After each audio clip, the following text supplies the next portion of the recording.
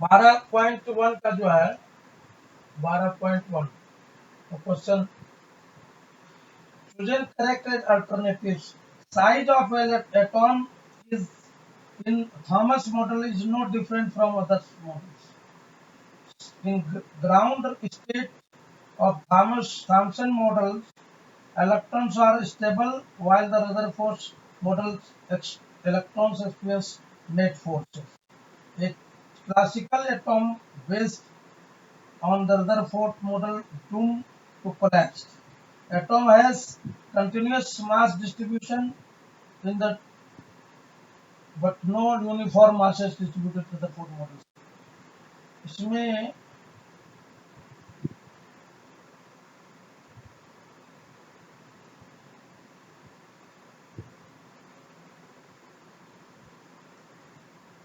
size of atom in Thomas model not different from Rutherford models. Size of atoms according to Thomas model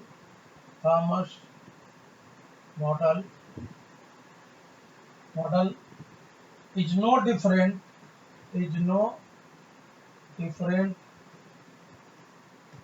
from the Rutherford models.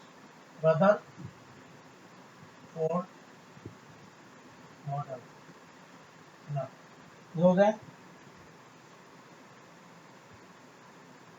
उसके बाद in ground state Thomson model electrons are stable while Rutherford electrons are experiencing net forces. Thomson model में क्या है? Electrons are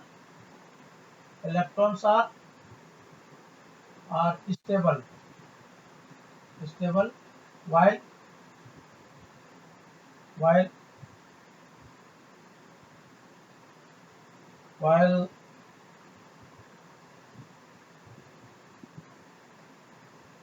in the Rutherford model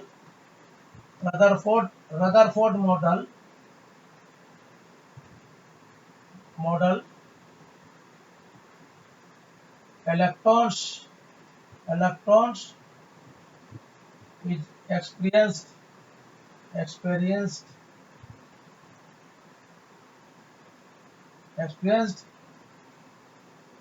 net forces. तीसरा number, atom has continuous mass distribution in Thomas model but non-uniform mass distribution in the Rutherford. Atom has continuous mass distribution, whereas as in Rutherford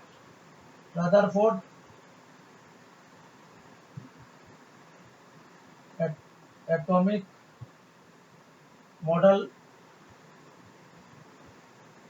non-different distribution. ठीक है। 12 को तो alpha mastering using solid hydrogen instead of solid form. Alpha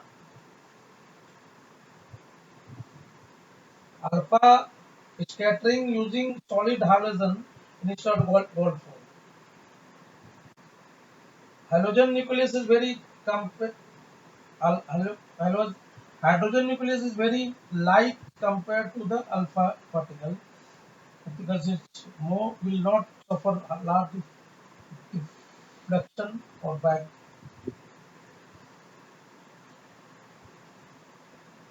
alpha का जो hydrogen nucleus जो है, hydrogen ये कहना चाह रहा है कि वाई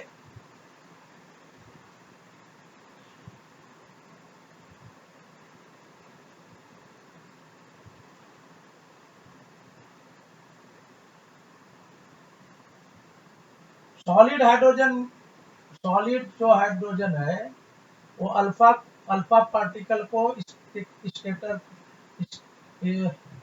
स्कैटर्ड करने के लिए यूज किया जाता है।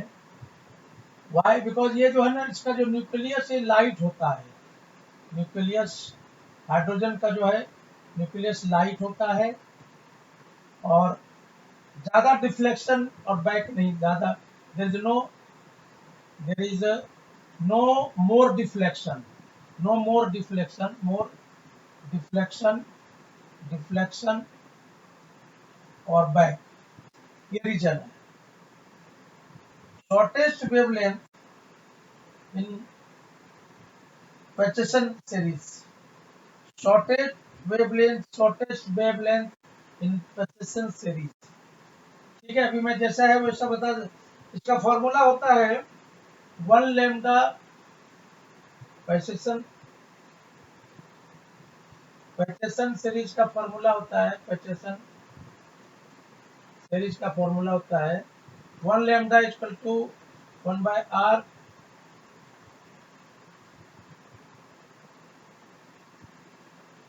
One by N one by 1 by N. अब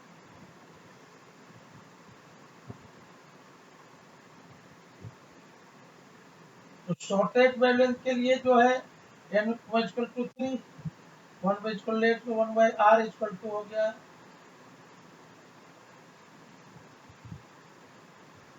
1 बाय 3 का स्क्वायर माइनस 1 बाय इंफिनाइट से लेकर के आ रहा है ये इक्वल टू 1 बाय 9r इसलिए r इक्वल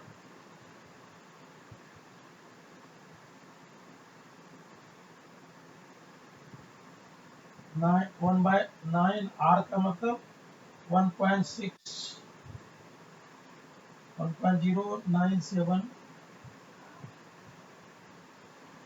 इंटू 10 पर 7। एनर्जी लेवल कितना है?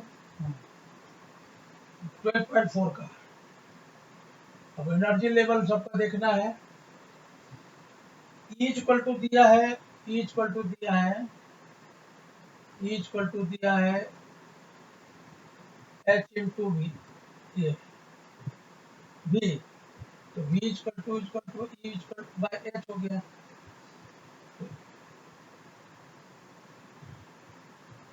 हाँ, E का मतलब 3.68 -19 और डिवाइडेड बाय H का वैल्यू हो गया आपका कितना 6.6 10⁻34। ये अब ये देख लीजिए, ग्राउंड स्टेट एनर्जी हाइड्रोजन इतना है। ग्राउंड स्टेट एनर्जी जो है ground state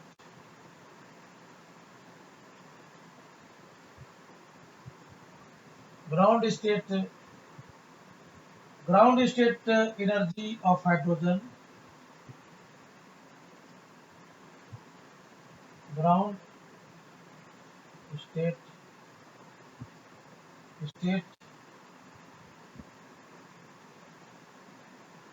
energy of hydrogen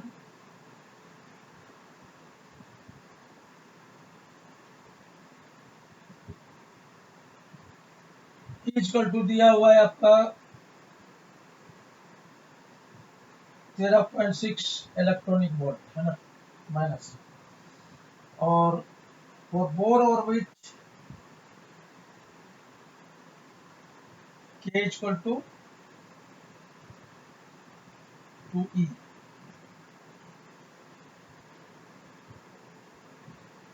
hydrogen atom absorb proton n equal to 1 2 n for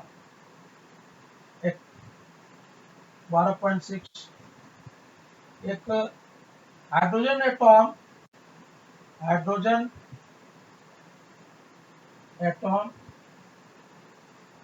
absorb proton n equal to 1 2 n equal to 4। ये हो गया। अब कह रहा है कि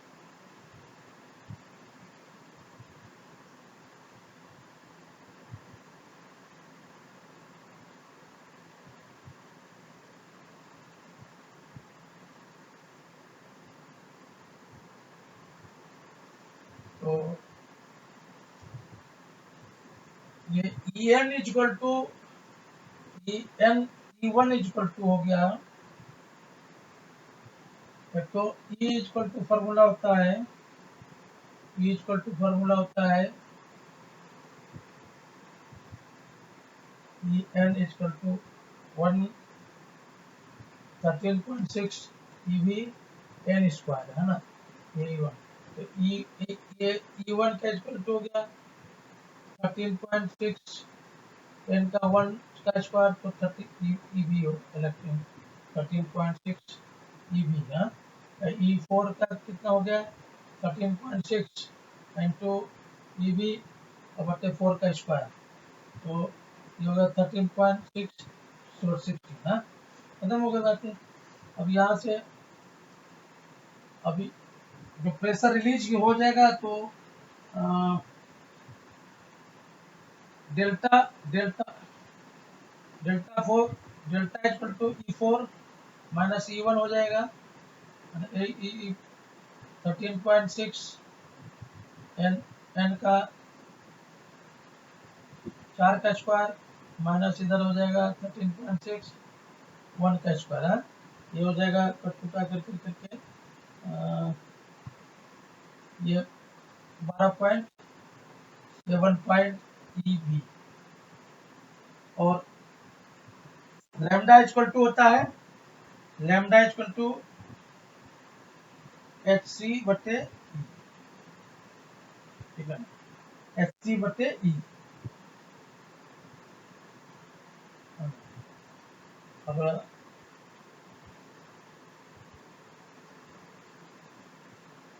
B इक्वल टू हो गया C बटे लैम्डा, तो C हो गया कितना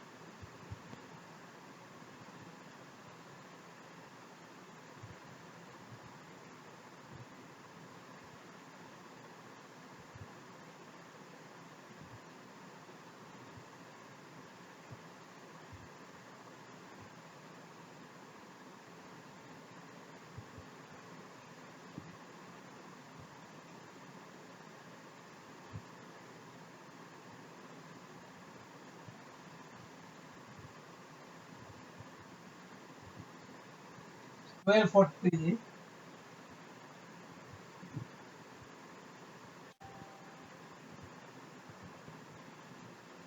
HC equal to 1240 NM metre, HC equal to 1240 और लैम्डा इक्वल टू HC बटे B, तो 1240 बटे B का मतलब हो गया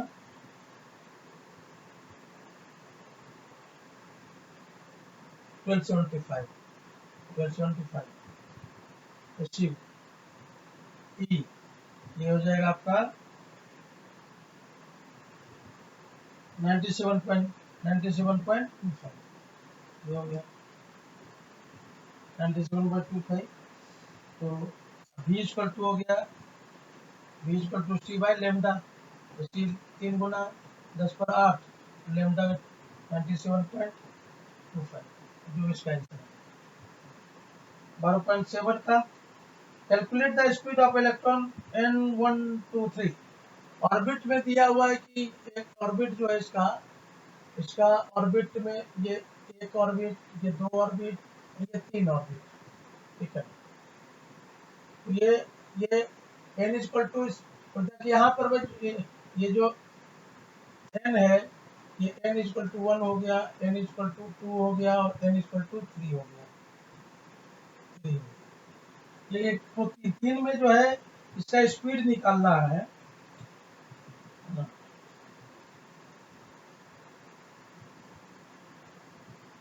तो इसका फॉर्मूला Vn, इसका फॉर्मूला 2.18 10 पर 6 डिवाइडेड बाय n। अब n का तो V1 तो 2.18 10 पर 6 1, V2 इक्वल टू 2.18 10 पर 6 2, और V3 का मतलब हो गया V3 2.18 10 पर 6 3, ये हो गया। Orbit period, orbit period, orbit period का मतलब टी हो गया ना, टी। तो टी का मतलब हो गया टी का मतलब हो गया 2 पाई आर बाई भी।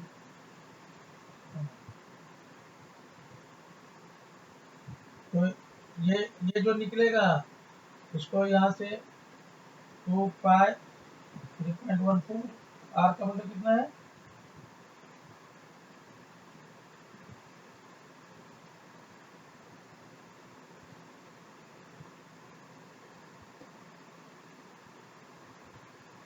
Radius of inner most orbit is 5। Inner most जो ऑर्बिट है ये वाला ऑर्बिट, ये दिया है r इक्वल टू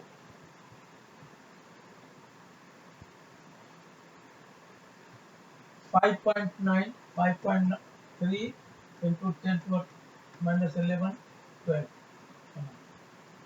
ये इनर मोस्ट ऑर्बिट का ये आपको दिया हुआ है।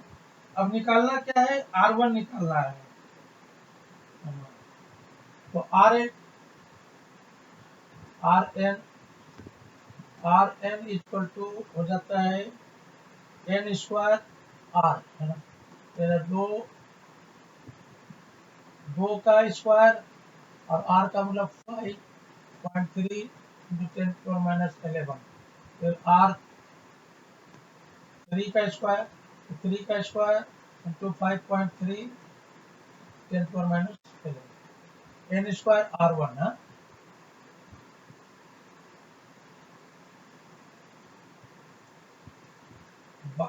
12.5 electron volt beam bombards hydrogen. What wavelength are emitted? Had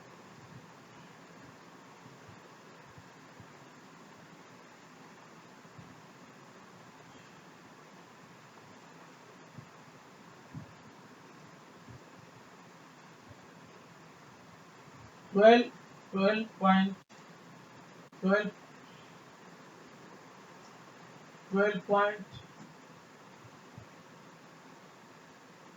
electron volt जो है एक बम्बार्ड कर रहा है हाइड्रोजन वेवलेंथ। हाइड्रोजन पर इतना इलेक्ट्रॉन को का जो बीम है ये इसके ऊपर हाइड्रोजन के ऊपर ये बोलता है। E1 का वैल्यू होता है, ये ध्यान रखिए, 13.06 इंटू EV, है ना, इलेक्ट्रॉनिक। अच्छा, energy after absorbing, energy of after absorbing, ये माइनस में है। 6 प्लस 12.5 जुड़ा जुड़ा करके हो गया 1.1 माइनस। अब ट्रांजिशन पॉसिबल कैसे है, ये 3 से 1 की तरफ, फिर 2 से 1 की तरफ और 3 से 2 की तरफ। ये है ना हाइड्रोजन। हाँ, तो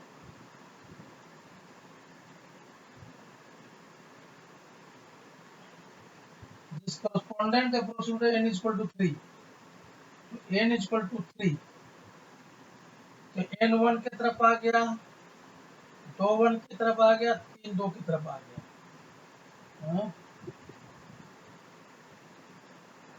तो 1 बाय लेमडा इक्वल टू हो गया 1 by r 1 by n square minus 1 by n2 square. ठीक है, तो 3 और 1, 1 by lambda 1 by r 1 by 9 1 by 1। फिर दूसरा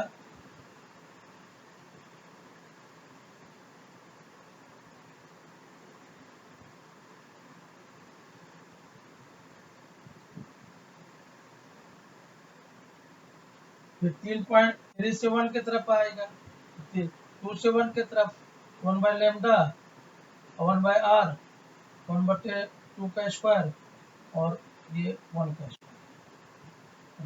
फिर 1/λ 1/r 1/3 का स्क्वायर -1/2 का स्क्वायर। ये फॉर्मूला कहलाता है रिडबर्ग फॉर्मूला है, रिडबर्ग फॉर्मूला फॉर्मूला ये है इसका 2 का 10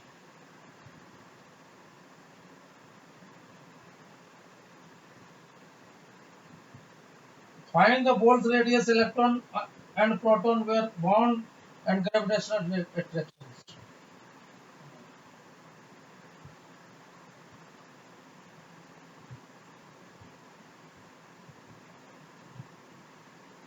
Frequency emitted when hydrogen de-excited from n to n-1.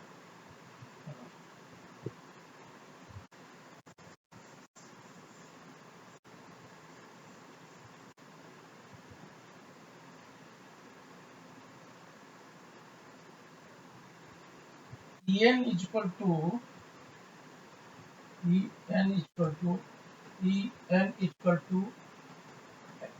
13.6 eV divided by n square. अब ये कह रहा है कि n to n-1, तो En कितना n-1 कितना हो जाएगा -13.6 eV n-1 का स्क्वायर, ठीक है। अब hv equal to En minus En-1, hv का वैल्यू कितना है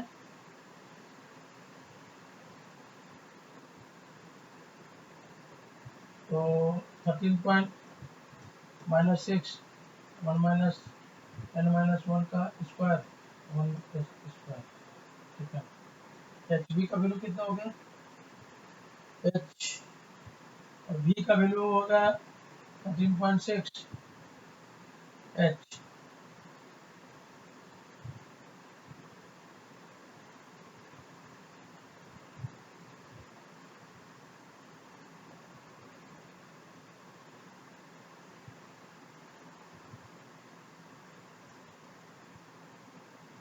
n-1 का स्क्वायर -1 n स्क्वायर, ठीक है।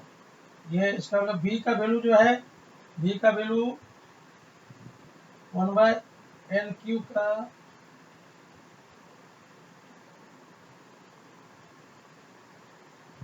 proportional. Larger frequency, classical frequency of solution calculated in nth orbit.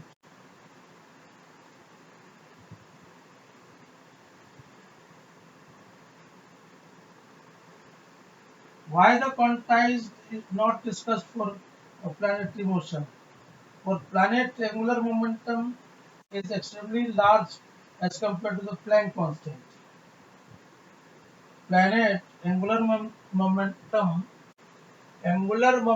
is extremely large as compared to the Planck constant. Quantum number becomes extremely large, about 10 to the 70. Spacing between level in negligible and planetary motion appears continuous. Quantum number planet जो angular momentum जो है वो बहुत large होता है as compared to the Planck constant, वो approximate 10 to the 70 चला जाता है 70। स्पेसिफिक जो between levels negligible to planetary motion appears continuous, okay।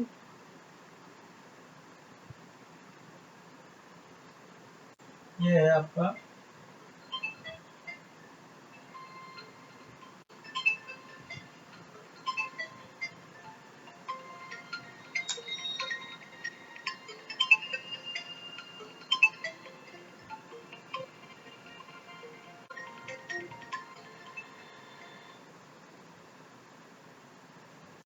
हाँ